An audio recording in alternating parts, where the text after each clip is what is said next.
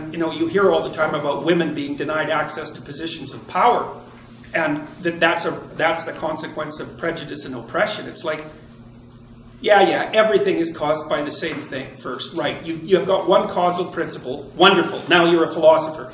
You can figure out everything with it. It's like the law firms cannot keep their women in their 30s. They cannot keep them, the big law firms. They all leave. Why? Because the women hit 30, they're brilliant, conscientious, intelligent, they were deadly in high school, deadly in university, they nailed law school, they whipped through their articling, they made partner by the time they were 30. It was like they're in a rocket to the top position. What do they find when they get there? 80-hour work weeks, right? Because that's one of the things you want to think about. You think that the people who run things are sitting at home smoking big cigars and like telling their minions what to do. It's like that's like the 1920s millionaire that's on the cover of the Monopoly game. That's no sociological analysis. I know lots of people like that, and they work all the time, from the second they wake up till the second they go to sleep. And they don't just casually work. Because I know some of you go to the library for 6 hours and you say, well, I studied in the library for 6 hours. Like, no, you didn't. You studied for half an hour. And you had coffee and you looked through Facebook and, you went home and you said, well, I studied for 6 hours, and you're happy about it. But bloody well you didn't. Partly because you can't. I can only read for about 3.5 hours till I'm done. And I'm pretty good at it. So these people who are running things, there's corrupt people, obviously, but the vast majority of them, first, are self-made, and second, they're so bloody efficient and smart, you cannot believe it. And they work 80 hours a week. And most of them happen to be men. And why is that? Because there are a small number of insane men who will do nothing but work 80 hours a week. And no matter where you put them, if you put them in the middle of a forest with an axe, all they would do is run around chopping down trees. So the issue isn't, why aren't there more women in positions of power? It's, why are there any men insane enough ever to occupy those positions? Because we also know, and the data on this is very clear, what's the relationship between money and well-being? Once you have enough money to keep the bill collectors from your door, so once you have enough money to stave off misery, which is sort of lower middle class, something like that in our society, maybe a little lower than that, extra money does not help you. It does not improve your life. So why bother with it? Well, that's what the women in the law firms think. It's like most of them, by the time they're in their 30s, are married. Almost all of them are married to men who make as much money or more than they do, because that's what women go for, cross-culturally, 4 to 5 years older, equal or higher in the socioeconomic status.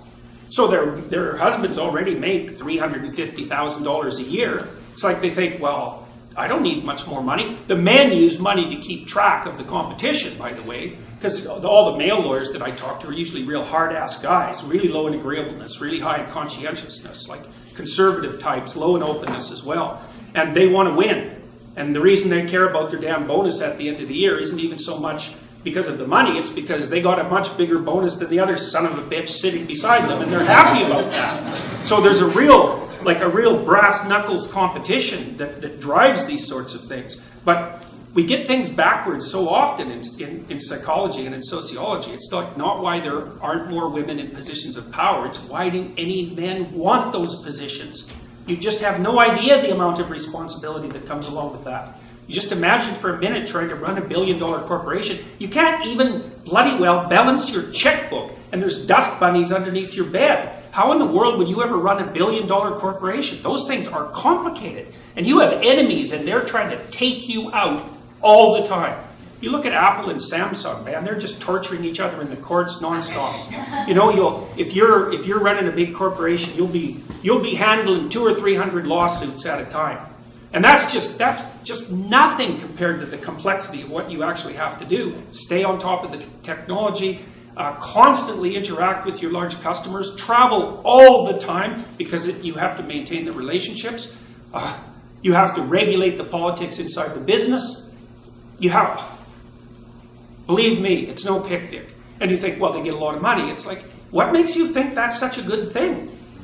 Like if you're half crazy and you have a lot of money, you're going to be crazy a lot faster, I can tell you that, because it frees you from all sorts of constraints. We know the data on lottery winners. They're no happier a year later, and some of them are done. especially if they had like a bit of a cocaine problem to begin with, because, you know, being broke stops you from dying if you're a cocaine addict. You get enough money and away you go. And you think to yourself, you know, you've got all sorts of bad habits and weirdnesses. If somebody dumped an infinite amount of money on you, what makes you think you wouldn't unravel completely? It's highly probable. So anyway, so back to these women. You know, what they do when they're 30 is they look around and they've hit partners, so they've hit the pinnacle of their profession. They think, what the hell am I doing this for? Why would anyone in their right mind want to be woken up at 3 in the morning Sunday by their irate Japanese client who wants them to work for the next 5 hours non-stop to fix this damn problem, which is going to cost them $100 million right now? Or we'll find someone else to pay $750 an hour to fix it right now. And you think, well, that's, you know, a masculine form of value, because that's one of the criticisms. If the law firms just adopted a more feminine structure of value, it's like, what kind of bullshit is that? The reason that you get up at 3 in the morning on Sunday to talk to your Japanese client who's freaking out about their contract is because if you don't jump the hell up and do it right now, there's some starving associate who's unbelievably ambitious in New York who will pick up the pieces in 0.2 of a second, and they're smart and aggressive and they'll take you out. So it has nothing to do with masculine structures of value. It's all the foolish ideas. And you know, it's not just law where this happens. You know, we know, for example, that female doctors work far fewer hours too. So the more female doctors you have, the more doctors you have to have. And I'm not complaining about women's priorities. I'm not saying the women are wrong. Not at all. It's like the older I get, the more I understand that marriage and family are of primary importance. And the more I see women in particular, you know, they hit 35 or 40 and they're not married and they don't have kids and they are not happy. Because what the hell are you going to do from the time you're 40 till the time you're 80? You got no family? You got no relationships? What are you going to do? Go run your company. Yeah, well, if you're 1 in 1,000, that'll satisfy you.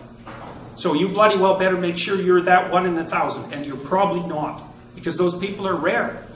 So then, because Dr. Peterson, one of the natural responses to what you just said would be, okay, well, the priorities are, it's a rigged game because only women are the ones who are able to procreate. So what do we answer to that? Of course it's a rigged game.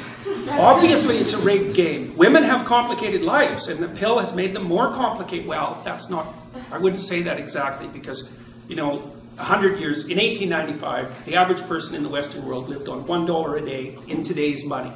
Okay, so those people worked so hard and slaved away to such a degree that you can't even imagine it, and all their kids died, right? So the death rate among kids below 5 was beyond comprehension. And so, like, women had a terrible time of it, and well, so did men. They got to be coal miners and soldiers, because that wasn't exactly entertaining, you know. So life was very, very, very, very, very hard before we got rich, and we're rich. Even those of you who are in this class who think you're poor, it's like, oh, no, you're not. You're in the top 1/10 of 1% by historical standards, and probably there by current world standards as well. Of course, you can just compare yourself to the few people who are richer than you and feel sorry for yourself. But that's pretty pathetic in my estimation. So it's certainly historically uninformed. So yeah, women have it rough, obviously. Now, there's other things to consider. You do live 8 years longer. So that's not trivial. Testosterone kills men. That's basically why men die earlier. You know, and men are much more likely to be killed in dangerous jobs. They do almost all the dangerous jobs. They do almost all the outside work. And there's lots of reasons that men get paid more than women that have nothing to do with prejudice.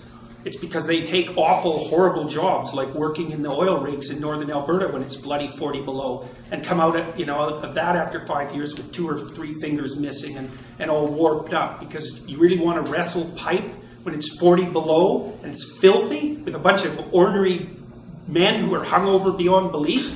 It's like, that's not very entertaining. So yeah, I mean, each gender, each sex has its own unfairness to deal with, but to think of that as a consequence of the social structure, it's like, come on, really? What about nature itself? And this is something that seems to be completely invisible on the left side of the political spectrum.